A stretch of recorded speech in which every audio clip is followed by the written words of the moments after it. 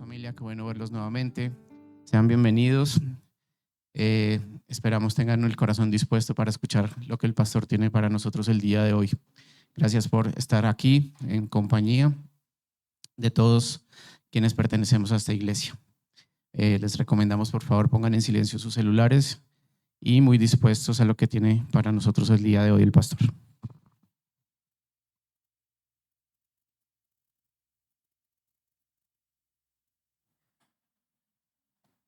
Sí, hola.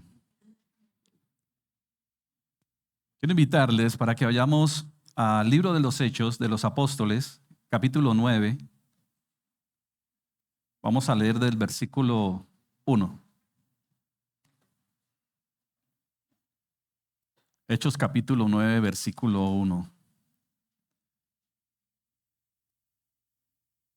Saulo, respirando aún amenazas y muerte contra los discípulos del Señor, vino al sumo sacerdote y le pidió cartas para las sinagogas de Damasco, a fin de que si hallase algunos hombres o mujeres de este camino, los trajese presos a Jerusalén. Mas yendo por el camino, aconteció que al llegar cerca de Damasco, repentinamente le rodeó un resplandor de luz del cielo. Y cayendo en tierra, oyó una voz que le decía: Saulo, Saulo, ¿por qué me persigues? Él le dijo: ¿Quién eres, Señor? Y le dijo: Yo soy Jesús, a quien tú persigues. Dura cosa te es dar coces contra el aguijón. Él, temblando y temeroso, dijo: Señor, ¿qué quieres que yo haga? Y el Señor le dijo: levántate y entra en la ciudad, y se te dirá lo que debes hacer. Y los hombres que iban con Saulo se pararon atónitos, oyendo a la verdad la voz, mas sin ver a nadie. Entonces Saulo se levantó de tierra y abriendo los ojos no veía a nadie. Así que llevándole por la mano le metieron en Damasco, donde estuvo 3 días sin ver y no comió ni bebió. Había entonces en Damasco un discípulo llamado Ananías, a quien el Señor dijo en visión: Ananías. Y él respondió: Heme aquí, Señor. Y el Señor le dijo: levántate y ve a la calle que se llama Derecha, y busca en casa de Judas a uno llamado Saulo, Saulo de Tarso, porque he aquí él ora. Y ha visto visión a un varón llamado Ananías, que entra y le pone las manos encima para que recobre la vista. Entonces Ananías respondió: Señor, he oído de muchos acerca de este hombre, cuántos males ha hecho a tus santos en Jerusalén. Y aún aquí tiene autoridad de los principales sacerdotes para prender a todos los que invocan tu nombre. El Señor le dijo: ve, porque instrumento escogido me es este, para llevar mi nombre en presencia de los gentiles y de reyes y de los hijos de Israel. Porque le mostraré cuánto le es necesario padecer por mi nombre. Fue entonces Ananías y entró en la casa, y poniendo sobre él las manos dijo: Hermano Saulo, el Señor Jesús, que se te apareció en el camino por donde venías, me ha enviado para que recibas la vista y seas lleno del Espíritu Santo. Y al momento le cayeron de los ojos como escamas, y recibió al instante la vista, y levantándose fue bautizado. Y habiendo tomado alimento, recobró fuerzas, y estuvo Saulo por algunos días con los discípulos que estaban en Damasco. Bueno, Padre, te damos muchas gracias, Señor Dios Todopoderoso y Eterno, por este tiempo, por este día, Señor, que nos permites aquí tener este lugar de encuentro, de reunión como pueblo santo tuyo, Señor. Gracias, Señor, por tu presencia. Gracias por tu Espíritu Santo y tu palabra, Señor, que hoy habla, que hoy salva, que hoy enseña, que hoy fortalece, que hoy confronta, que hoy redarguye, Señor, capacita, nos convence, Señor, a través de ella y en el poder de tu Espíritu Santo. Padre, que estemos muy atentos y dispuestos a lo que hoy quieres hablar a nuestra vida. Señor, y a través de la historia de este hombre que un día fue llamado con un propósito, con una misión, seas tú hoy hablándonos a través de la vida de este hombre convertido en un apóstol, y fue un hombre que fue demasiadamente importante en su momento para llevar tu palabra a muchos lugares, a sembrar iglesias, a levantar hombres y mujeres que fueran ganados, edificados, capacitados, enseñados y mandados a que continuaran con este legado, Señor. Hoy háblanos, Señor, como iglesia, como personas, como familia, Señor, a través de este mensaje. Te lo pedimos en el nombre de Jesús. Amén. Bueno, familia, muy buenos días. Nuevamente les saludo. ¿Cómo han estado? Muy bendecidos. Bueno, gloria a Dios por eso. Bueno, sean todos muy bienvenidos. A las personas que luego también van a ver esta enseñanza a través de nuestro canal de YouTube. Ahí queda grabado también para que ustedes, si en algún momento quieren volver a escucharlo o quieren compartirlo, también es importante. Bueno, como sabemos, hoy el mundo religioso da inicio a lo que se conoce tradicionalmente como la Semana Santa. Ahora, ¿eso es un evento bíblico? Por supuesto que sí. Es algo que es parte fundamental de nosotros, la iglesia, porque es el evento magno, digámoslo, lo más hermoso y grandioso que hemos recibido de parte de Dios en su amor, su gracia y misericordia. Ahora, que nosotros como iglesia cristiana lo vemos de otra perspectiva es real. Nosotros no podemos desligar lo primero de lo segundo, ni lo tercero, ni lo cuarto con respecto al plan perfecto de Dios. ¿Me explico? Yo no puedo estar celebrando Navidad en diciembre y después de 3, 4 meses celebrar o conmemorar, como también dicen, Semana Santa y después cada evento, ¿no? No, o sea, un cristiano genuino y verdadero entiende que tanto el nacimiento, el cumplimiento de la promesa en cual el Señor vino a este mundo, se hizo carne, Emmanuel, Dios con nosotros, es algo grandioso que celebramos, por supuesto. Pero a la par de eso, en el mismo contexto, también recordamos la hora de gran amor de parte del Señor, de entregar su vida, de un hombre santo y perfecto, Dios mismo encarnado, fue a la cruz a derramar su sangre, su vida, a entregarla por nosotros.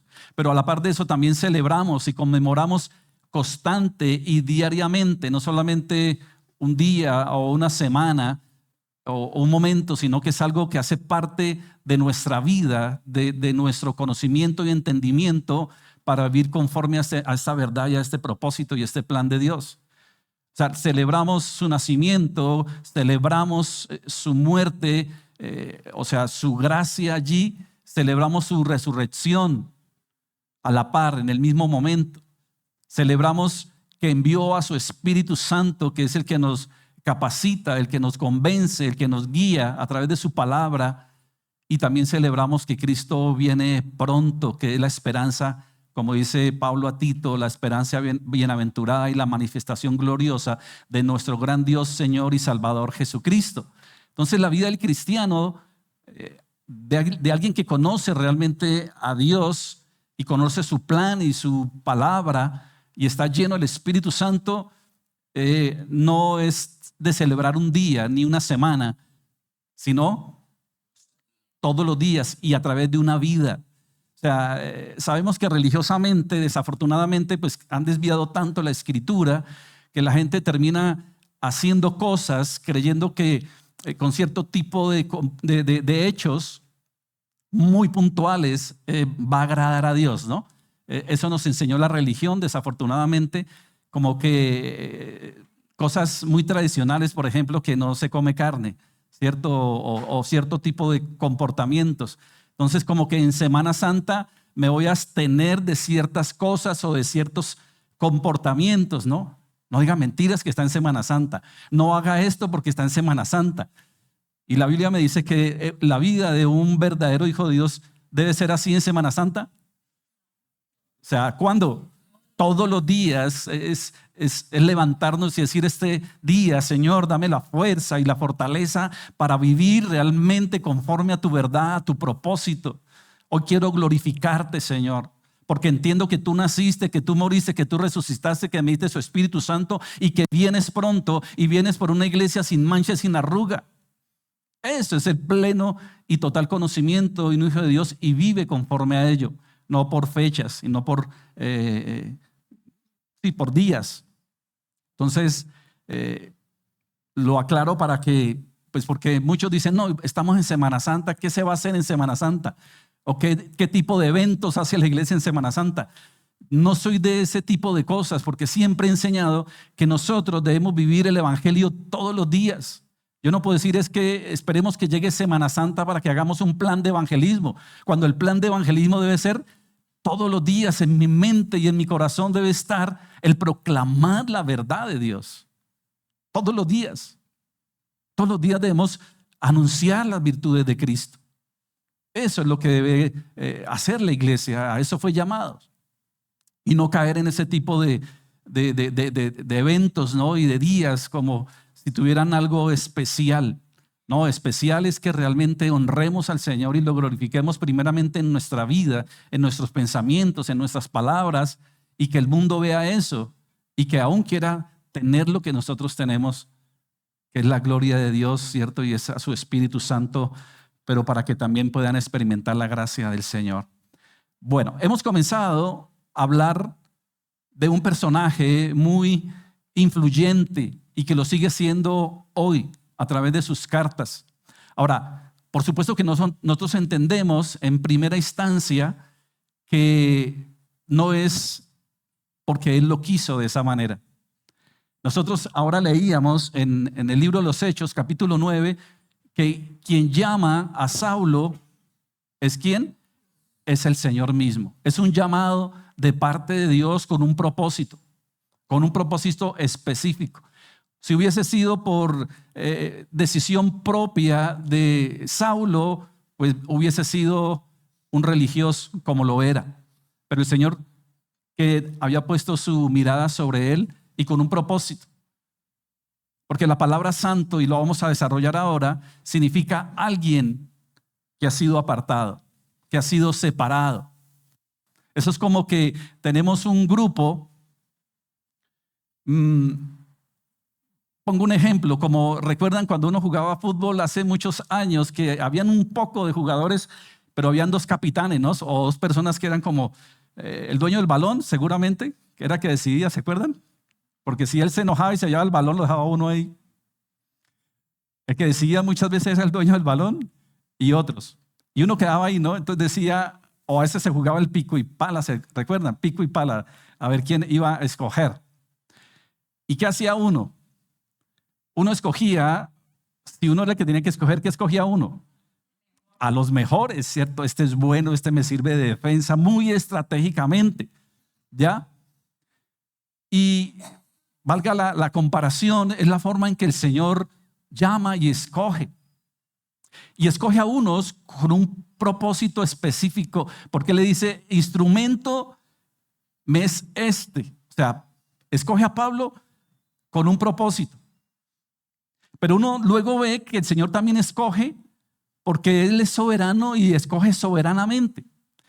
Pero Dios, el Señor, nuestro Dios, es estratega, por supuesto, y Él sabe a quién puede colocar en ciertos lugares específicos. Lo vemos precisamente a través de la conversión que Él trae al apóstol Pablo. Entonces, santos es alguien que ha separado, que ha tomado de un grupo y lo ha traído con un propósito. Él ya tiene un plan. Pero algo importante entender en esto es que el Señor no improvisa. El Señor no está como, bueno, vamos a ver qué va a pasar hoy y según lo que hoy suceda, entonces yo de esa misma manera organizo. No, eso muchas veces lo hacemos nosotros. Nosotros sí somos muy expertos a veces en improvisar, y de ahí precisamente vienen tantas malas decisiones. No, no, no. El Señor nuestro Dios está por encima de todo eso. Y ahora pues lo vamos a desarrollar más ampliamente.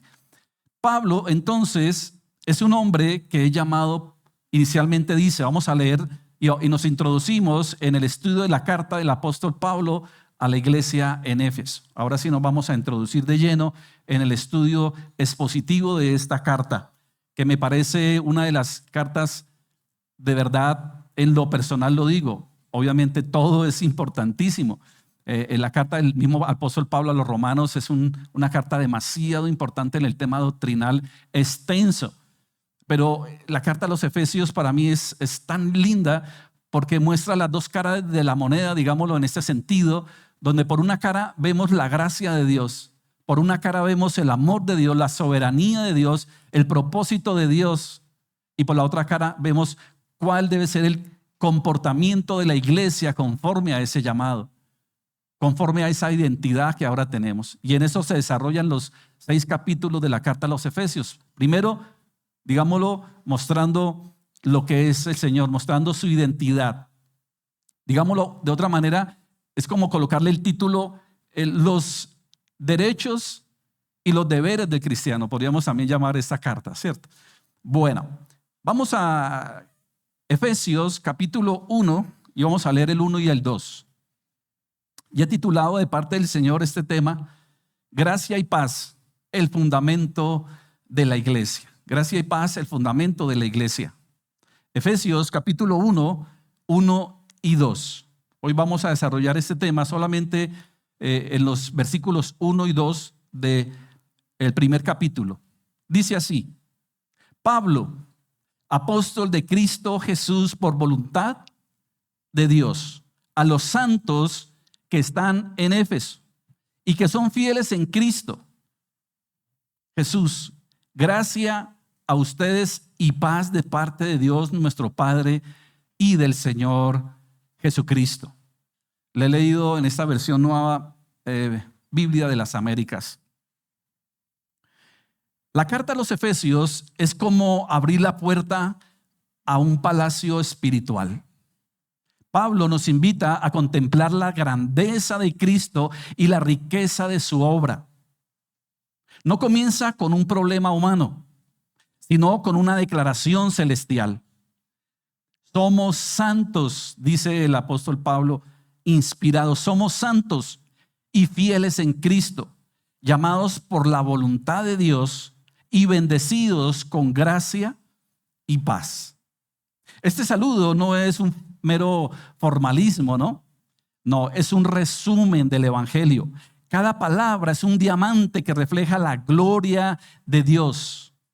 Si nosotros la iglesia, escuche, si nosotros la iglesia entendemos esos primeros pasajes de lo que el Señor dice que es Él y lo que nosotros somos en Él, definitivamente esta carta del apóstol Pablo va a ser de gran revelación, de gran fortaleza, de gran consuelo, de gran guía para nuestras vidas. Aquí se nos revela quiénes somos. Se nos revela en la carta a los Efesios quién es Dios y quiénes somos nosotros en el Señor. Eso me parece hermoso. Por eso vamos a estar muy, pero muy pendientes de cada estudio, porque nos va a llevar a conocer el plan de Dios, la gracia de Dios, la soberanía de Dios y lo que Él tiene y quiere para nosotros, su iglesia. Escuche, su iglesia, no para el mundo en general, no para cada individuo que habita este planeta, no, para los santos. ¿Quiénes son los santos? Los que Él ha llamado, los que Él ha apartado, los que Él decidió. Es decisión de Dios, es plan de Dios, es obra soberana del Señor. Eso debe ser de demasiado interés para nosotros, ¿no le parece? Porque es lo que el Señor ha determinado para su iglesia. Si usted no se considera santo, si usted no se considera iglesia, pues haga caso omiso a este mensaje. Como dicen algunos mensajes que le llegan a usted, ¿no? Que nos llegan a veces. Si ya pagó la factura hasta el día, haga caso a este mensaje. Si usted no se considera hijo de Dios, si usted no ha nacido de nuevo, si usted no se considera santo, haga caso omiso a este mensaje, porque es para la iglesia, para aquellos que son santos. Ahora, el mundo religioso ha enseñado algo, y es que creen o han llamado santos a aquellos que han hecho algo grandioso o que han tenido casi que una vida perfecta. ¿Será posible que un ser humano, hablo de ser humano, pueda vivir una vida perfecta? No, es imposible. Pero han categorizado cierto tipo de personas con unos comportamientos, y si a eso se le añade un tipo de milagro, ¿cierto? O un tipo de obra, pues la iglesia tradicional lo cataloga según estos criterios y según un organismo que se establece para ello como santo, lo santifican o lo beatifican. Y eso está muy, pero muy lejos de lo que el Señor ha determinado en su palabra que es un santo. ¿Quién es un santo según el Señor? Aquel que ha sido llamado, aquel que ha sido apartado, aquel que ha sido escogido de parte de Dios. Pero no simplemente para que diga, yo soy escogido, qué maravilloso, soy un santo de Dios. Sí, o sea, maravilloso. Pero todos nosotros hemos sido llamados, escogidos, apartados, como le quiera colocar, con un propósito, con un propósito. Y pues eso yo creo que ya lo sabemos o lo reforzaremos más adelante, el entender todo esto. Pero bueno, no nos vamos a desviar de este primer punto, y es el llamado soberano de Pablo. Hechos capítulo 13, versículo 9 dice: Saulo, que también es llamado Pablo. Ahora leíamos el capítulo 9 del libro de los Hechos. ¿Cuál era la condición de Saulo antes de ser llamado? ¿Cuál era la condición de Saulo antes de ser llamado? Perseguía a la iglesia. Y él estaba convencido, pero súper convencido. No existía humanamente nadie que lo pudiera cambiar de su estado, de su decisión. Es más, él creía, él juraba, podríamos decir, que él estaba haciendo las cosas bien. Pedía cartas, perseguía. ¿A quiénes estaba persiguiendo? Ahí lo leímos ahora. ¿A quiénes? A los del camino. Así le llama, a los del camino. O sea, ¿a quién estaba persiguiendo? A los cristianos, a los hijos de Dios. Y él creía que estaba haciendo algo correcto. ¿Quién le cambió eso? ¿Quién lo humilló? ¿Quién lo tiró al suelo? El Señor. Es la única manera. Miren, mis hermanos, no existe otra forma de que alguien pueda nacer de nuevo si no es por voluntad de Dios. Él es el que quebranta los corazones. Y quebrantó ese corazón religioso, este corazón que creía estar en lo correcto. ¿Cuántas personas con las cuales nosotros no hemos conversado creen estar en lo correcto? Llenos de soberbia, de orgullo, de religiosidad, de todo. Pero todo centrado ¿en quién? En sí mismo. ¿Cómo se sentiría Pablo persiguiendo cristianos? ¿Cómo cree que se sentía? Pleno. Él creía que estaba haciendo una gran labor. Orgulloso. Su vida giraba, pues sí, era un hombre religioso, un hombre que se había capacitado, que tenía gran escuela, pero no tenía lo más importante. ¿A quién? Al Señor y Salvador, al único que realmente podía darle un verdadero propósito en su vida. Y el Señor entonces lo llama. Pero ¿cómo le dice? ¿Cómo le dice? Saulo, Saulo, ¿por qué me persigues? Y no es que Saulo estuviera persiguiendo al Señor, como lo hemos dicho antes. ¿A quién perseguía? A su iglesia. Ya el Señor había muerto, ya había resucitado, ya había ascendido. Pero estaba persiguiendo a quienes representaba la figura de Cristo. Estos hombres y mujeres que habían decidido realmente glorificar al Señor en sus vidas. Y es lo que el mundo sigue haciendo hoy. Y sabemos quién es el príncipe de este mundo.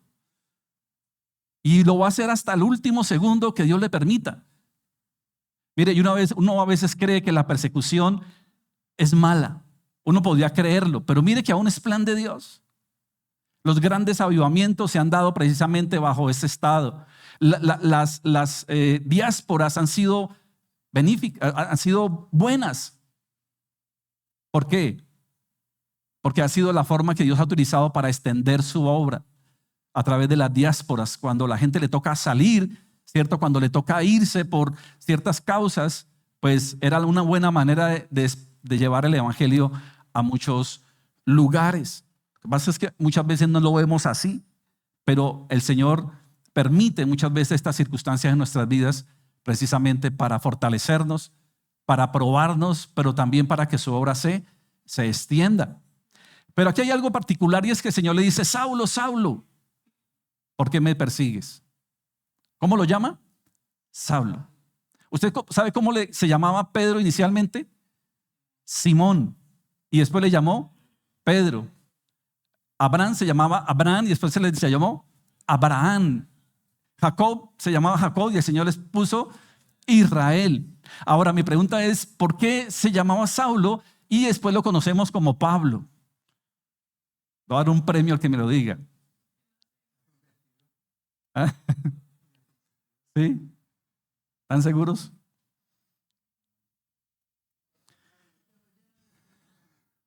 Bueno, esa es la invitación para que estudiemos y profundicemos un poco, porque uno puede concluir ese tipo de cosas, ¿cierto?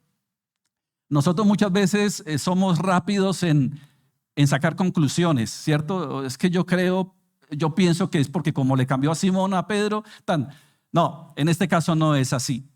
Uno creería, ¿no? Bueno, ¿por qué le cambió no, a él no le cambió. Lo que pasa es que recordemos, y eso lo enseñamos anteriormente, que Pablo tenía una particularidad, que él tenía dos nacionalidades.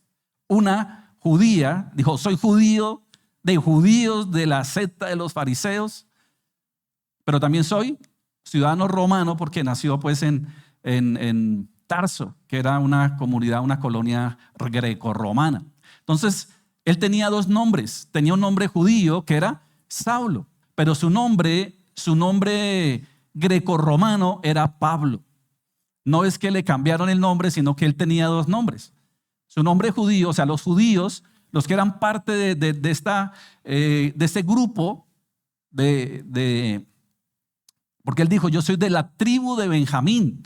O sea, él venía de la tribu de Benjamín por genealogía y le llamaban Saulo. O sea, Saulo es un nombre más judío y Pablo es un nombre más romano.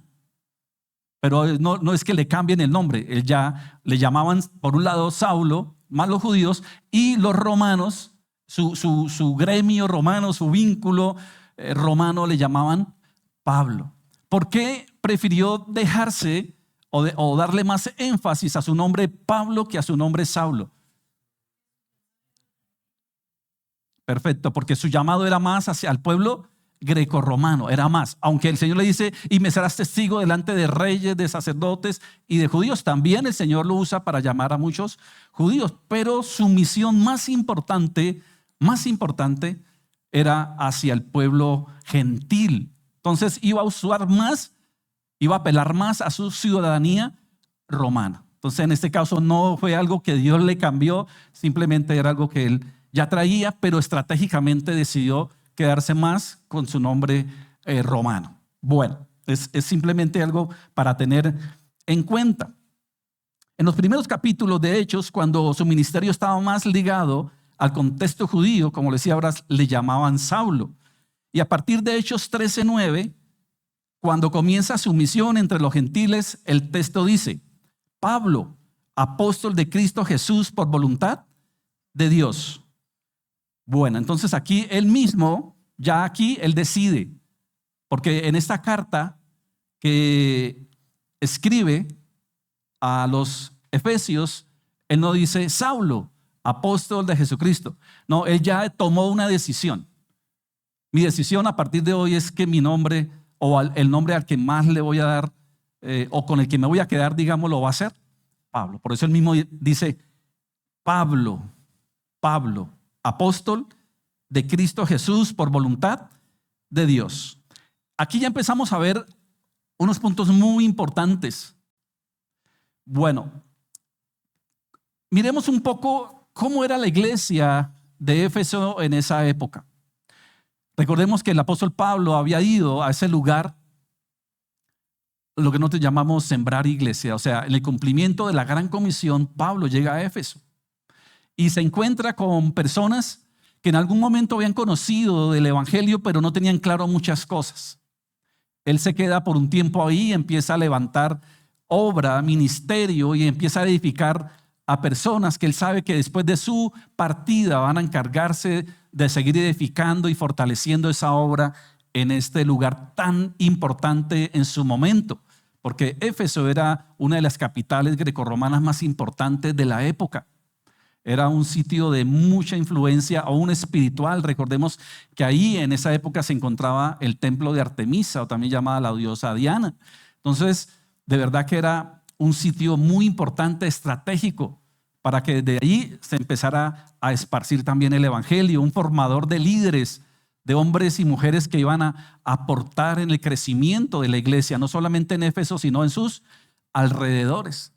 Pero estaban comenzando, era una iglesia que estaba iniciando un proceso. Y hoy en día nosotros, por ejemplo, yo muy regularmente, cada 15 días estamos en reuniones, en mentoreos, estamos en un proceso de establecer unos manuales con los niños. Bueno, estamos en eso. Pero en esa época, pues era bien complicado, obviamente, la comunicación. Y ellos tenían esa gran expectativa de lo que Dios quería hacer con ellos, de cómo Dios iba a obrar en esa comunidad cristiana. Aunque habían hombres allí dispuestos, pero de alguna manera, digámoslo, eran neófitos. Claro, eran neófitos porque era una iglesia naciente, era una iglesia que se estaba desarrollando. Entonces, imagínense ustedes cuando llega a manos de ellos una carta del apóstol Pablo.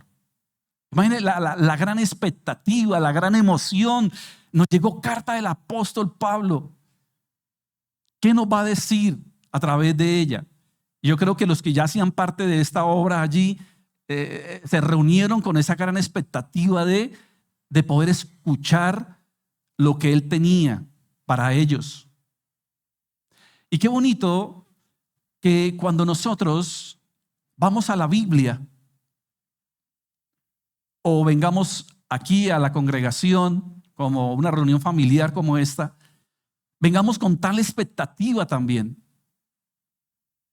Desafortunadamente nosotros vamos cayendo como en rutinas o vamos cayendo como que ya no vemos tan importante o como tan interesante ciertos temas. Y qué bonito que cuando nosotros vayamos a la palabra de Dios, a la Biblia, sea en tu devocional personal, sea en un devocional congregacional como el que a veces tenemos, sea en tu discipulado, en tu capacitación, lleguemos con ese mismo deseo y esa misma pasión de decir que el Señor hoy me va a hablar a mí. Porque la palabra de Dios dice que es viva y eficaz, o sea, es vigente. El Señor hoy nos habla a través de ella. Con esa misma expectativa que se reunieron los miembros de esta comunidad cristiana en Éfeso al escuchar lo que Pablo tenía para ellos. Así debe ser hoy para cada uno de nosotros. ¿Y qué es lo primero que comienza diciendo él? Pablo.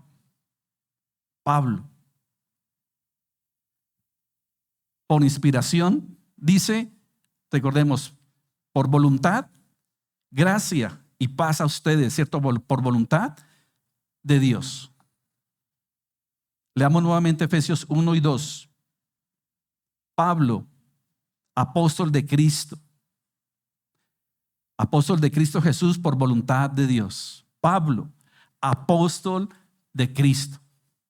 Entonces, lo primero que él hace es identificarse como alguien que ha sido enviado.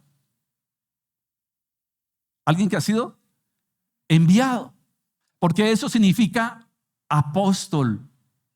Apóstol es alguien que ha sido enviado. Pero miren, no ha sido enviado por cualquiera. No ha sido enviado por cualquiera. Es que yo soy enviado del gobernador. Uy, ¿suena importante o no? Que usted le toque en la puerta una mañana y le digan, buenos días, está fulanito, es que yo soy enviado por el alcalde. ¿Usted cómo se sentiría? ¿Usted le haría hasta susto, sí o no? ¿Mm? Buenos días, es que yo soy enviado por el comandante de la policía. No, pues ahí sí le da un ataque, ¿cierto? ¿Mm? Uy, por la DIAN, Dios mío. Uy, no, ahí sí nos mató, ¿cierto? Aquí lo primero que el apóstol está diciendo, Pablo, enviado, quítele apóstol, porque apóstol es enviado.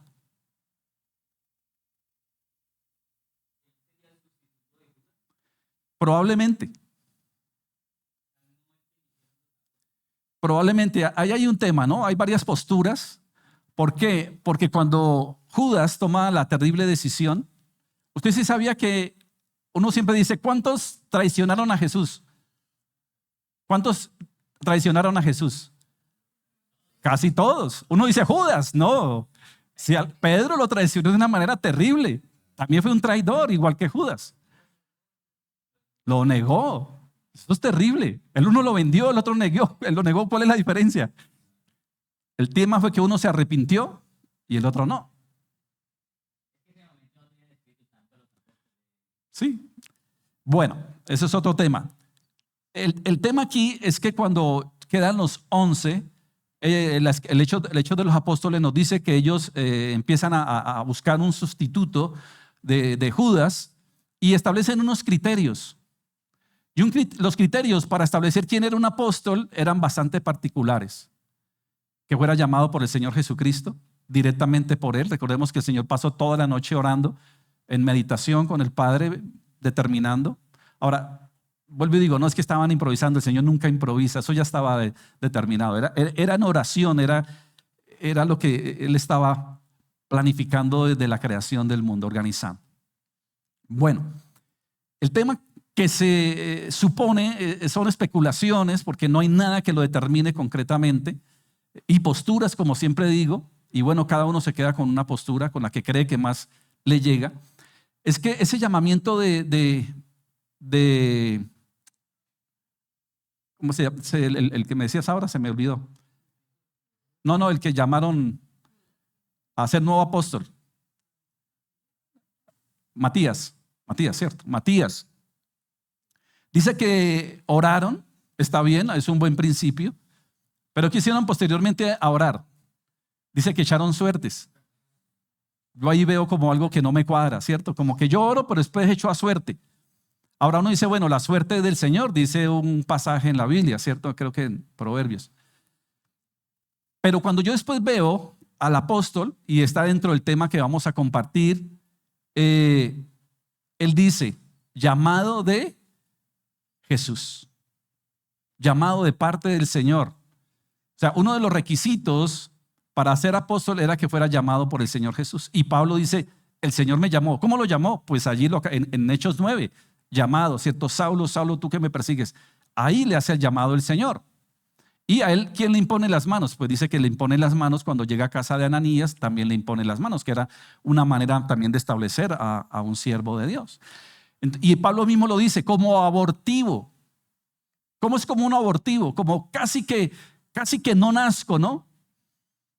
Pero el Señor me hizo nacer. Entonces, una postura de las más grandes posturas en ese tema está de que quien realmente reemplazó a Judas, en el caso de apóstol, fue Pablo y no Matías. Pero bueno, eso ya el Señor nos lo dirá claramente cuando estemos en su presencia. Pero lo que quiero enfatizar aquí, amada familia, es que Pablo, lo primero que quiere aclarar es que su llamado lo hace ¿quién? Es el Señor. Es el Señor. No lo ha llamado un hombre, no lo ha llamado una persona. Y esa es la figura de un apóstol. Aquel que ha sido llamado directamente por el Señor. Apóstol de Cristo Jesús por voluntad de Dios. Ahora les decía, si a usted le tocan la puerta a una persona que para ustedes es importante o creen que es importante, le genera todo esto, eso es lo mismo que nosotros debemos hoy, mis amados, sentir y valorar lo que el Señor tiene para nosotros a través de su palabra. Porque no es Pedro, no es Juan, no es Mateo, no es el pensamiento de Lucas, no es el pensamiento de Marcos, no es el pensamiento de Pablo. Es palabra de Dios. Es palabra de Dios. Aunque aquí el apóstol envía una carta y están con la gran expectativa de qué hay en esa carta, lo primero que el apóstol dice: yo soy un enviado. O sea, esto que ustedes van a escuchar a continuación es palabra de Dios. El autor de esta carta no es Pablo, no es Saulo. El autor de esta carta es Dios. Y como es Dios, pues de esa misma manera tienen que prestarle atención. Y esto está vigente hoy. Está vigente hoy. Pablo, apóstol de Cristo Jesús por voluntad de Dios. Pablo no se autoproclama. Escuche esto. Pablo no se autoproclama. Fue llamado por Dios. Su autoridad no viene de hombres. ¿De dónde viene la autoridad del apóstol Pablo? Del cielo de Dios. Mire, y particularmente hoy, desafortunadamente, hay tantos que se han autoproclamado apóstoles y abundan. Recuerda que en estos días hablamos un poquito del tema, que no voy a ahondar, pero hoy muchos se hacen llamar apóstoles. ¿Quién les dio ese título? Pero no es tanto el problema que se llamen apóstoles, sino que se lo creen y se lo hacen creer a las personas. O sea, yo soy, se paran de esta manera. Se paran de esta manera. Yo soy el apóstol, yo soy el profeta. En otras palabras, ¿qué está diciendo? Yo, lo que va a salir de mi boca es palabra de Dios. Porque lo que yo voy a decir a continuación es palabra de Dios. Y ante eso, ¿qué hace la gente? Ay, no. Tremendo, mire, eso es totalmente lejos de la Escritura. Porque ya no hay ni apóstoles ni profetas. No existen.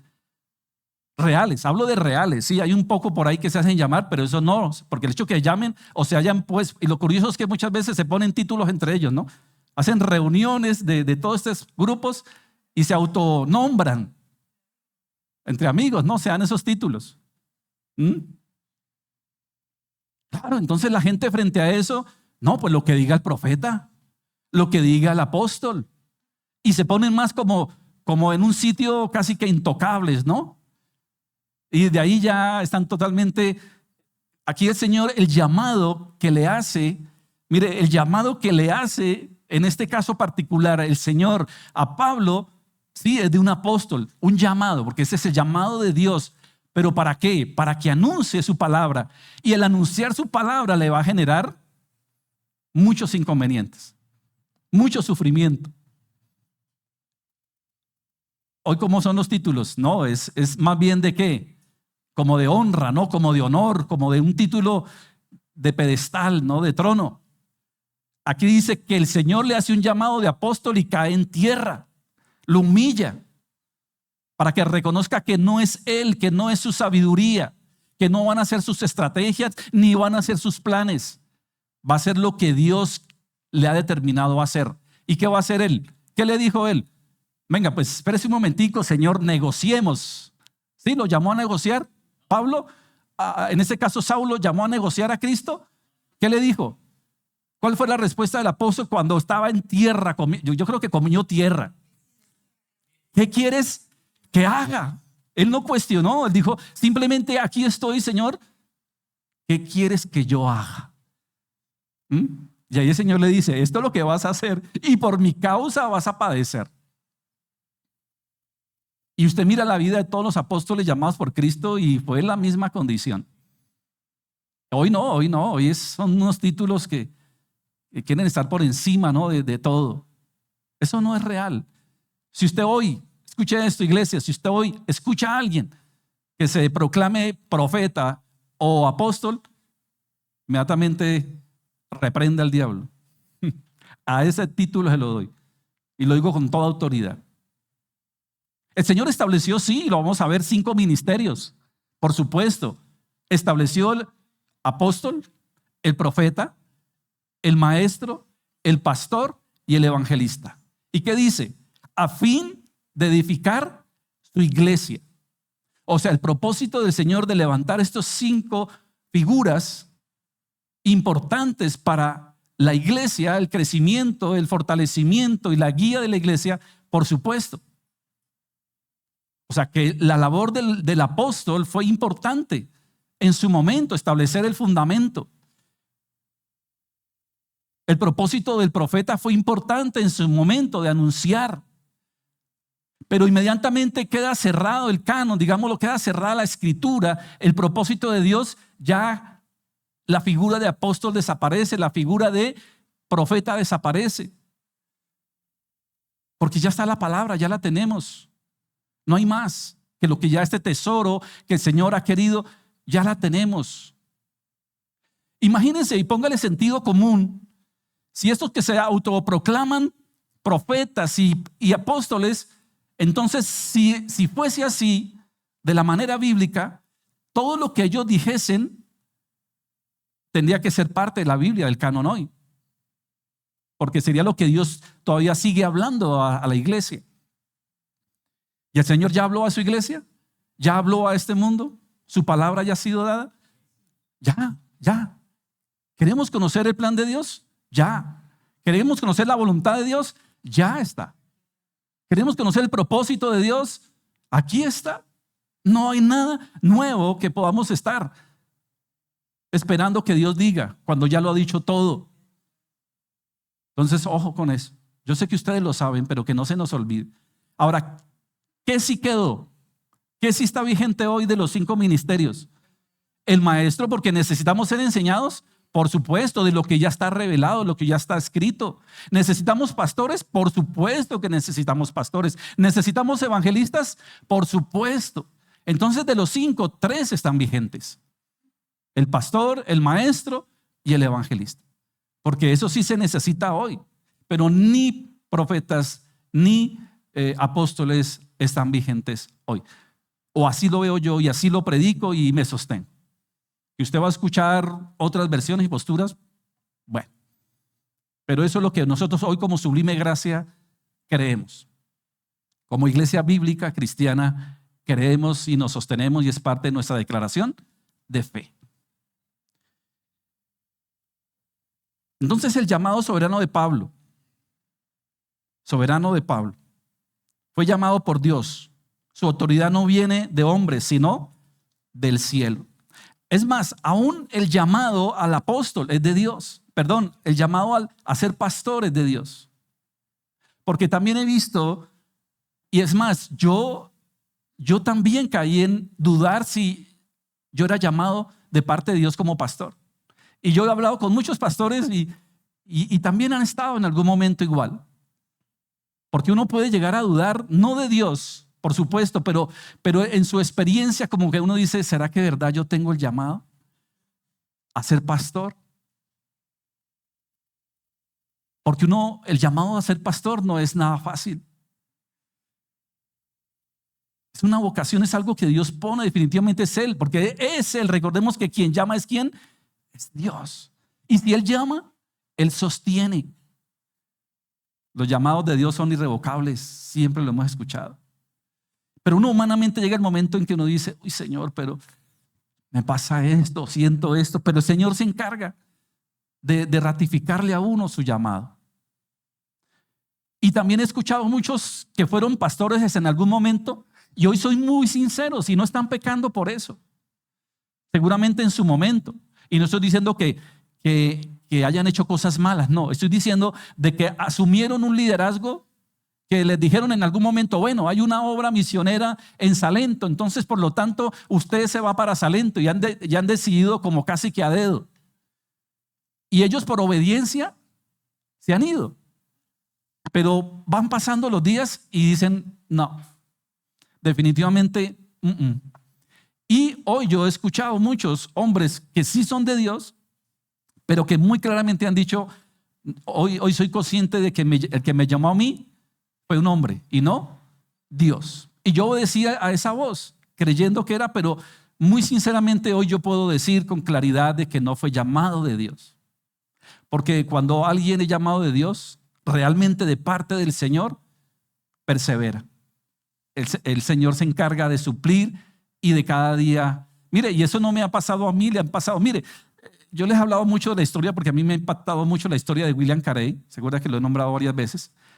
Claro, imagínense que él deja la misión que él tenía en Inglaterra. Servía mucho en esa obra, pero un día decide irse de misión hacia la India con su esposa, con su familia, con sus hijos. Y ¿han visto la historia? Le he recomendado mucho, yo me imagino que la han visto. Está en internet, William Carey. Y resulta que después de 5 años o más de estar allí insistiendo, recién llegó a la India o a un pueblo de la India, los robaron, se quedaron sin nada. La comunicación en esa época era terrible, obviamente. Aguantaron hambre, la pasaron mal. No es que no les pasó, se le murió un hijo, se le murió la esposa. En 5 años ganó a una persona, en 5 años. Y ese indio, sí, porque era la India, no estoy despectivo. Le empezó a ayudar a transcribir la escritura, el Nuevo Testamento al idioma de ellos. Y cuando ya llevaban bien avanzado parte de la escritura, llegaron los de la comunidad que estaban en contra, mataron al indio y quemaron todo lo que habían avanzado casi en 5 años. Uno dice, no, Señor, yo definitivamente frente a esto que esto esto fue de mí, no de ti, Señor. Claro, uno empieza a cuestionarse, uno empieza a dudar. Si con menos, apenas le da una gripa, ay no, esto no es de mí, yo me voy, ¿sí o no? Ahora ese que se enfermaron, se murieron, hicieron de todo. Pero no era de Dios. Él perseveró, el Señor en esos momentos de crisis, en esos momentos difíciles, el Señor hablaba, lo levantaba, le llegaba un misionero, bueno, sucedían cosas extraordinarias. Y no voy a seguir espoliando esta para que se la vean. Mejor dicho, si usted después de ver esa película no cambia muchas cosas, definitivamente considere realmente si está Cristo en el corazón. Porque de verdad es quebrantador. Es quebrantadora la historia. Bueno, entonces cuando el llamado es legítimo de Dios, pase lo que pase, el siervo del Señor va a estar allí. Va a estar allí siempre, porque es el Señor quien lo sostiene. ¿Recuerdan el pasaje de Hechos cuando había mucha gente, mucha necesidad, mucha gente había, y los apóstoles, pues la iglesia comenzando, estaban siendo perseguidos, había un caos, el Señor había acabado de partir, bueno, había una convulsión, pero había mucha gente con necesidad. Y van y buscan al apóstol o a los apóstoles, vea, en este caso a Pedro, hay viudas, hay esto, hay lo otro, necesitamos servir a las mesas, todo eso. Y Pablo dijo, bueno, pues llamen a cualquiera, ¿sí o no? ¿Así dijo Pedro? No a cualquiera. Ojo, no a cualquiera. Y era para servir a las mesas, era para barrer y trapear, para lavar baños. No era para ponerse allá de figura de apóstol y profeta, no, era labores fuertes y ardua. Pero aún así les dijo él, hombres llenos del Espíritu. Imaginen la importancia de ese punto. ¿Por qué? Porque aquel que es que tenemos que hacer algo, ¿quién? Yo. Pero si esa persona dice yo y levanta la mano bajo su fuerza, digámoslo, eso no está tan bien. No digo que esté mal, sino que el tema es que cuando yo lo hago en mis fuerzas, entonces estoy esperando reconocimiento, estoy esperando aplauso, estoy esperando entonces que digan qué tan buena persona es, qué tan bueno. Y eso es lo que quiere evitar el Señor, porque eso a la larga termina frustrando corazones y alejando personas. En cambio, cuando yo hago las cosas para el Señor, y si yo cojo un trapero, cojo algo, barro, doy y lo hago para el Señor, en mi corazón va a haber gozo, va a haber paz. Independiente si me reconocen, si me aplauden, si me dan medalla y lo que sea, no me importa, porque yo quiero honrar ¿a quién? Al Señor. El Señor les dijo: hipócritas, aquellos que cogían una ofrenda y miren, voy a dar ofrenda, ¿no? Miren, hey, voy a dar ofrenda. El Señor dice que eso no, que tu mano izquierda no sepa lo que hace la derecha. Pero yo lo doy con amor, lo doy con gratitud, sirvo porque sé a quién estoy sirviendo, doy porque sé a quién estoy honrando. Pero si usted pone la mirada en mí, va a decir: no, pues yo ¿por qué? Pues que lo haga. ¿Qué tal? ¿No han visto en el carro que anda el pastor? ¿Qué tal yo? Está estrenando, ¿sí o no? Y empiezan a especular y se les daña el corazón. Entonces, sabemos que obviamente muchos han abusado, pero quien conoce su casa, quien conoce su iglesia, sabe cómo funcionan las cosas. El que no conoce la casa y no conoce su iglesia especula, juzga y critica. Por eso el Señor llama a gente llena del Espíritu Santo, porque las personas llenas del Espíritu Santo van a tener muy claro a quién están honrando, a quién están sirviendo. Dice Colosenses 3:23 que todo, escuche, todo lo que nosotros hagamos, hagámoslo ¿para quién? Como para el Señor, dice, y no como para los hombres. Porque ¿quién te va a dar la recompensa? El Señor. Y ojalá hagámoslo en lo secreto. Hay cosas que se van a evidenciar, por supuesto. Hay cosas que realmente se van a evidenciar, que son muy visibles, otras no son tan visibles. Hay cosas que nadie se da cuenta que tú estás haciendo, pero ¿sabe quién sí se está dando cuenta? El Señor. Y qué bonito. Y mire, yo aprovecho este momento para darle gracias a ustedes, los que de verdad piensan y sienten así, y que de verdad honran al Señor con sus vidas, con el servicio, con la ofrenda, y la que es, la que corresponde. Y que aunque esta congregación está en un proceso, porque nos tocó cambiar muchas cosas, porque estamos comenzando, nos tocó suspender mucho para comenzar de nuevo a establecer un fundamento claro. No es fácil, pero aún así yo agradezco a Dios por las vidas de aquellos que han decidido creer, confiar, no en nosotros, en la obra del Señor. Por eso yo les decía hace poco y vuelvo y lo digo: mire, quien se quedó en esta congregación simplemente por un afecto a nosotros, eso no está tan bien. Por cariño, y les agradezco su cariño, su afecto, y sé que eso es parte, por supuesto, porque eso debe existir en una congregación. Pero ustedes están aquí no por eso solamente, sino porque creen en esta obra, creen en la palabra de Dios, creen que aquí se está predicando de una manera correcta, se está glorificando al Señor como debe ser, aún con nuestras debilidades, que tenemos una declaración de fe en la cual usted cree. Y así seamos 2 o 3 poquitos y que vamos comenzando, nos vamos afirmando en ello. Y que seguramente todavía hasta que no establezcamos algo mucho más fuerte, no vamos a comenzar con los diferentes ministerios. Niños, no hay muchos, pero seguramente van a llegar. Pero necesitamos personas que estén capacitadas para ello, que además de que quieran hacerlo, se capaciten en ello. Y en eso estamos. Mire, yo voy a decir esto porque es de conocimiento público. Pero tiempos atrás una persona decidió irse de la iglesia. Cada persona está en la decisión de quedarse o irse. Las puertas de la iglesia siempre van a estar abiertas para el que quiera llegar como para el que se quiera ir y no se sienta que pertenece a este lugar. Y los argumentos fueron: es que no le gustaba cómo estaba estructurado el ministerio de niños. No porque lo estuviera criticando en su, digámoslo, en su teología, sino que como que quería algo más establecido, más fuerte, porque tenía unos hijos, digámoslo en este caso. Entonces dijo: no, yo me voy para otra congregación porque yo fui allá y el ministerio de niños allá sí está muy fortalecido. Entonces eso duele. Yo les digo la verdad, duele que alguien te diga eso.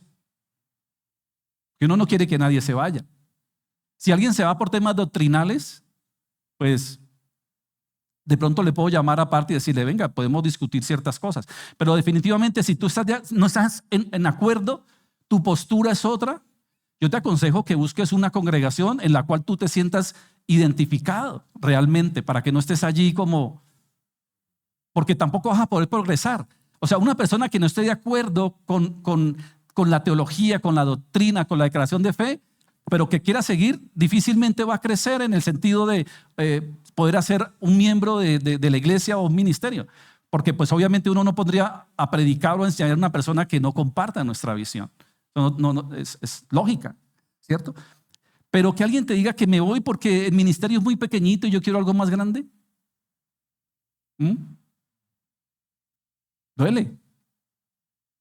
Ahora, para mí, y lo digo, ¿qué sería lo correcto? Porque entonces el día que sienta ya que no hay lo que quiere, entonces ¿para dónde se va? Y va a andar de iglesia en iglesia buscando lo que esa persona quiere. O sea, que su vida cristiana está centrada ¿en quién? Es en el yo, en mí, mi necesidad. Entonces esa iglesia no suple mi necesidad. Y vuelvo y lo digo porque esto es de conocimiento público para muchos que conocen la historia. Se fue porque no suplían esa necesidad y criticó a la iglesia por eso, entonces me voy, pero hoy está viviendo de una manera terrible, aún en fornicación. Y peor ejemplo a un hijo es darle eso. ¿Les parece correcto? Que diga que una iglesia no suple esto para mis hijos, pero yo a la par le estoy dando mal ejemplo a mis hijos viviendo en fornicación. Entonces, y no me alegro por eso. Pero mire lo que a veces la gente piensa. Lo correcto es decir, bueno, si eso está chiquito, pequeñito y le falta, pues yo voy a ser parte. Y juntos crecemos y juntos aportamos y juntos vamos a sacar esto adelante, sería lo correcto. O por lo menos lo que yo creo. Pero ¿sabe quién piensa así? Un hijo de Dios. Un hijo de Dios piensa así. Si el Señor me puso ahí, vamos a ser parte. Y voy a involucrarme y voy a capacitarme. Si no hay quien le pueda enseñar a los hijos, pues ya que yo tengo hijos, pues voy a involucrarme, a ser parte de esto. Y no juzgar o criticar. Es que allá hay un gran grupo de alabanzas, es que allá hay luces, es que hay esto, es que hay esto. Bueno, allá ellos. Este es el lugar. Y bueno, ahí vamos. Ahí vamos. Pero ¿sabe quién? Vuelvo y lo digo. Aquellos que han sido llamados de parte del Señor. Aquellos que han sido llamados de parte del Señor. Imagínense Pablo comenzando en Éfeso y los primeros que asistían a la iglesia en Éfeso. ¿Cómo sería la iglesia en Éfeso? Pues como cualquier otra iglesia en cualquier parte del mundo que está iniciando, con falencias, con faltantes, con necesidades.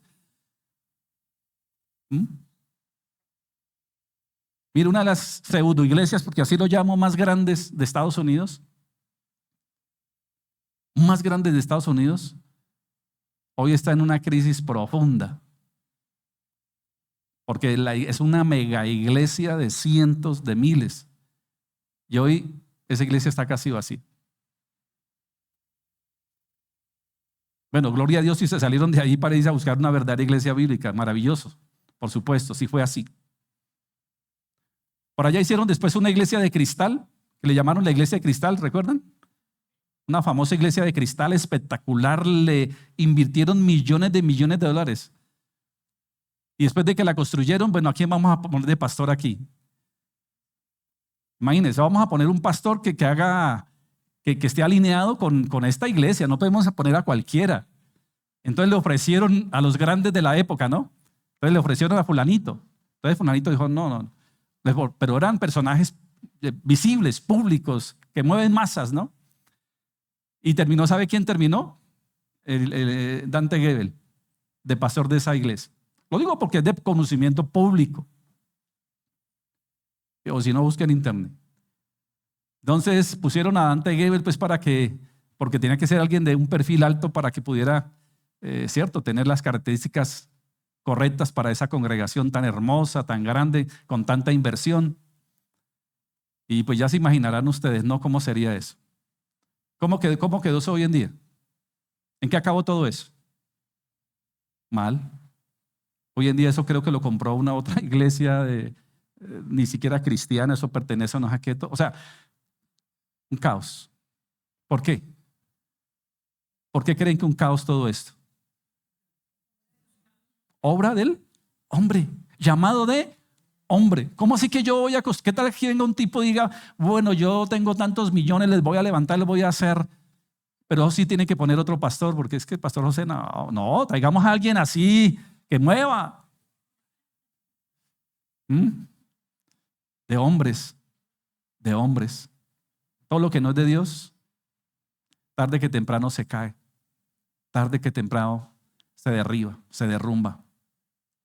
Pero lo que es de Dios se sostiene y permanece. Así sean 5 que haya en una congregación. No sé si usted ha visto en internet algunas congregaciones por allá del África, que a veces suben de unos pueblitos en el África, debajo de un árbol. Porque en esos calores la hacen debajo de un árbol y las banquitas son en madera, así que han puesto como tablas. Y un atril hecho así de un pedacito de palo y ponen. Y le aseguro que esa es más iglesia de Cristo esa, si realmente está el Señor ahí, que esa de cristal. Si realmente se está predicando la palabra correcta del Señor. Entonces nunca jamás pongamos los ojos en esas cosas. Ahora no estoy diciendo que sea mal una iglesia grande o bonita, no estamos en contra de eso. Lo que estamos en contra es de aquellas cosas que construye el hombre, aquellas cosas que a dedo se llaman y se ponen. Pongamos a este pastor que este sí es influyente, y lo pusieron allí y no duró nada. Se derrumbó eso. Lo que no es de Dios, tarde que temprano se cae. Entonces Pablo hace un énfasis muy fuerte. Mire, mi llamado es ¿de quién? Del Señor. Soy apóstol, he sido enviado de parte de Dios. Por lo tanto, lo que les voy a decir, lo que estoy por decirles, porque era una carta, lo que están a punto de escuchar, viene directamente ¿de quién? Tenga la certeza y la seguridad que lo que les voy a decir a continuación, dice el apóstol, es de Dios. Por lo tanto, presten mucha atención. Esto está diciendo el apóstol. ¿Ustedes quieren saber qué tiene y qué quiere Dios para ustedes? ¿Sí lo quieren saber? Con esa expectativa están en esta mañana también. Escuchar no la voz del pastor José, sino la voz de Dios a través, porque era la voz de Dios a través de Pablo. No se pierdan los próximos capítulos de esta carta, que va a estar espectacular. Estudio expositivo de la palabra de Dios, inspirada por el Espíritu Santo en la voz del apóstol Pablo. En este caso, pues obviamente escrito de mano del apóstol. Vamos a ver cada punto, cada detalle de lo que Dios quería para esa iglesia y para la iglesia de hoy. Oremos. Bueno, Padre, muchas gracias, Señor amado, te damos por este tiempo, por esta hora, por este momento. Señor, con una sola frase hemos comenzado este estudio acerca de la carta que tú permitiste, Señor, que quedara aún para la eternidad, Señor, por supuesto, en la mente y en el corazón de Pablo, pero inspirada por ti, Señor. Veíamos, Señor, cómo este hombre, que según él tenía muy clara y definida su vida, pero tú le cambiaste el rumbo en un abrir y cerrar de ojos, Señor. En un abrir y cerrar de ojos cambiaste el destino de este hombre. Él seguramente se levantó como cualquier día pensando en querer acabar, querer destruir, querer derribar. Puro pensamiento de hombre, como veíamos ahora, Señor. Pero lo que es tuyo nunca, jamás se acabará ni se derribará. Tu iglesia siempre va a prevalecer, Señor. Conmigo, sin mí, Señor, siempre vas a seguir adelante en tu plan. Pero en tu plan, Señor, tú tenías y considerabas a este hombre, y un día, Señor, lo tomaste, lo llamaste con un plan, con un propósito, y se lo expresaste muy claramente, Señor, a él en su momento. ¿Para qué? ¿Para qué había sido llamado? ¿Para qué iba a ser llamado? ¿Cuál era el propósito que tenías en él? Señor, cuando miramos esta historia, seguramente es nuestra historia. Es nuestra historia, Señor. Antes de que nos llamaras, ¿cuáles eran nuestros pensamientos? ¿Cuáles eran nuestras prioridades? ¿En qué andábamos? Pero un día, Señor, tus ojos de favor y misericordia, de amor, estuvieron sobre nosotros. Tu palabra, Señor, nos recuerda constantemente que no hay quien busque a Dios. Y si lo buscan, como hoy muchos lo buscan de una manera equivocada, religiosa. Tú nos recuerdas, Señor, la Torre de Babel. Sí, estos que estaban construyendo la Torre de Babel, había una intención en ellos, buscar a Dios. Pero era una condición meramente humana, no era tu verdadero plan, porque el verdadero plan no es que el hombre busque a Dios, porque lo va a buscar en su conocimiento, en sus fuerzas, en su estado. No, Señor. Nos muestras a través de tu palabra que quien vino fuiste tú, quien llamó fuiste tú, Señor. Quien inquietó el corazón fuiste tú, Señor. Y eso lo hiciste con Pablo y lo has hecho siempre y lo vas a hacer en el cumplimiento de lo que tú ya desde la fundación del mundo ya has planificado, Señor. Así va a ser. Nada va a cambiar, Señor. Nada que pueda hacer el hombre, por muy buenas intenciones o cualquiera que sean. Seguramente las intenciones de la Torre de Babel eran buenas, seguramente, según ellos. Pero no era tu plan divino, Señor, de salvación. Tu plan divino es Jesús, Jesucristo. Ese es el plan. No hay otro. Por eso tu palabra dice claramente que no hay otro nombre dado a los hombres. No existe otro camino. Jesús dijo, yo soy el camino, soy la verdad, soy la vida y nadie viene a mí. Nadie viene al Padre sino por medio de mí, dice el Señor. No existe. No se trata de nosotros, se trata de ti. Y el apóstol Pablo lo entendió. Después de vivir su momento, entendió claramente ahora qué era. Por eso lo primero que él escribe, sus primeras frases en esta carta, es Pablo, apóstol, enviado, llamado de Jesucristo. No de Pedro, no de Juan, no de Ananías, ni Zacarías, ni nadie. Él sabía que el llamado de él era de Jesucristo por voluntad de Dios. Señor, hoy qué bonito que podamos decir lo mismo. Decir que nuestro llamado, Señor, a ser parte de tu pueblo, a ser parte de tu familia, de tu gloria, es tuya, Señor. Es tuya, no es obra ni mérito nuestro. Es por tu pura gracia, es por tu pura misericordia, es por tu puro favor, Señor, que nos has, a través de la fe, nos has puesto ese don de fe para que podamos creer y confiar y arrepentirnos. Tu palabra dice que la paga del pecado es muerte. La paga del pecado es muerte y por cuanto todos hemos pecado, estamos destituidos de tu gloria, Señor.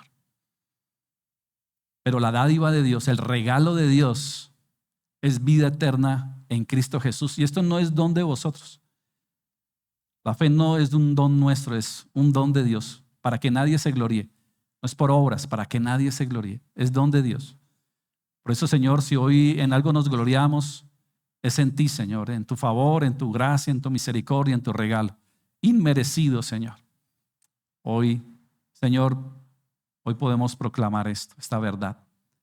Que si hoy somos parte de tu pueblo, de tu iglesia, de tus hijos, es por ti, solamente por ti, Señor. Bendito eres. Mi posición y lo que yo debo hacer en mi responsabilidad es confesarte, es arrepentirme, es pedirte perdón. Y hoy te pedimos perdón, Señor, porque te hemos fallado. Porque en ese libre albedrío que tú nos has dado, Señor, lo único que he hecho es ofenderte. Lo único que yo he hecho es ir en contra, es desobedecerte, Señor. La palabra dice que no hay quien haga lo bueno, no hay quien busque a Dios. Y eso es lo que he hecho en mi libre albedrío, Señor, es pecar, Señor.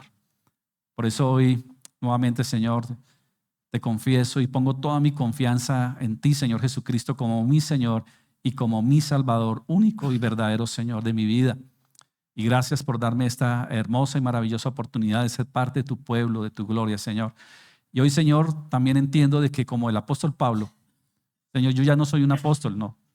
Pero sí, Señor, como ministerio, Señor, somos enviados a anunciar tus virtudes, Señor, de lo que ya está establecido, el fundamento que ya está claramente determinado, el evangelio, Señor, que ya está totalmente dado, que nosotros tenemos la responsabilidad de seguir compartiendo esa verdad que ya hallamos en tu palabra, Señor. Padre, que no seamos menos a este llamado. Padre, en esta semana el mundo religioso celebra. Y uno dice, bueno, Señor, qué bonito. Peor fuera que no celebraran. pero que se convierta en una oportunidad aún para nosotros para enseñar tu verdad y cuál es el verdadero significado de la cruz. ¿Por qué derramaste tu sangre? ¿Por qué moriste, Señor? Qué bonito que esta semana podamos postear muchos mensajes dando un mensaje correcto del Evangelio para que ese espíritu que por estos días se mueve, Señor, y que hoy celebran la entrada triunfal a Jerusalén y tienen palmas y hacen cosas, Señor, nosotros podamos de verdad enseñarle a este mundo qué significa realmente rendirse a Cristo, más que tirar una palma o cosas semejantes, es derribar nuestro corazón, es derribar nuestro orgullo, es renunciar al yo para que tú seas exaltado y glorificado, Señor. Que esta semana y siempre sea una oportunidad de proclamar tu verdad, del evangelio bíblico correcto, Señor, a este mundo que tanto necesita conocer de ti. Padre, muchas gracias por este tiempo, por la vida de cada uno de mis hermanos que se ha dispuesto en esta mañana a acompañarnos. ¿Quién más que tú, Señor, conoce la necesidad que hoy hay en tus hijos, en tu pueblo? Y hoy te oramos y clamamos, Señor, para que seas tú conforme a tus riquezas en gloria, Señor, llegando a esa necesidad de orden espiritual, emocional, físico, económico, laboral, familiar. Padre, también quiero aprovechar este momento de oración para colocar a mi nuera María Camila, Señor, para que en este momento está en urgencias en una clínica, Señor. Está delicada, te pedimos tu misericordia sobre ella, Señor. Es una mujer de Dios, es nuestra hija, como se dice también, Señor, la esposa de nuestro hijo. Y por eso, Padre, como una persona más que hace parte de tu pueblo, te clamamos por que seas tú favoreciéndola, Señor, aún a los médicos, encontrando qué hay, qué pasa, Señor, en ella, seas tu perfecta voluntad y tu soberanía sobre ella, te lo pedimos, Señor. Y te damos gracias porque sabemos que tú eres bueno, eres justo, eres fiel, que todo lo que tú permitas, Señor, será con un plan, un propósito. Que nunca nuestra fe mengue, Señor, nunca dudemos de tus planes y propósitos, aún en los momentos duros o difíciles, sean la oportunidad aún para fortalecernos y confiar más en ti, Señor. Por eso colocamos también la vida de Alejandro, que tú le des también fuerza y fortaleza, Señor, y la sabiduría para que él sepa cómo lidiar también en esta situación, Señor. De nosotros como iglesia, pues seguir orando no solamente por ella, sino por todos nuestros hermanos también que están pasando por situaciones difíciles, en su salud, en su familia, en sus finanzas, para que todos, Señor, te glorifiquemos como debe ser. Padre, también quiero por último, Señor, darte gracias por la vida de cada uno de mis hermanos que con fidelidad, con amor, sirven en esta obra, Señor, tu obra, que lo hacen con ese amor, con esa dedicación, con esa fidelidad. Gracias por lo que aportan, Señor, con amor y con fidelidad, para que esta obra económicamente se sostenga y podamos aún seguir creciendo y fortaleciéndonos también como iglesia y en algún momento poder extendernos, Señor, también. Sabemos que tú eres el Señor de esta obra y que tú eres el que sostiene, pero lo haces, Señor, a través de los corazones generosos y dadivosos. Gracias, Señor, por este tiempo y quedamos en tu hermosa presencia siempre, en el nombre de Jesús y en el poder de tu Espíritu Santo. Amén. Bueno, familia, que tengan un resto de día muy, muy bendecido, comienzo de semana y bueno, lo que decíamos ahora en la oración, que esta semana sea la oportunidad de compartir el Evangelio de una manera bien especial. Bueno, bendiciones para todos.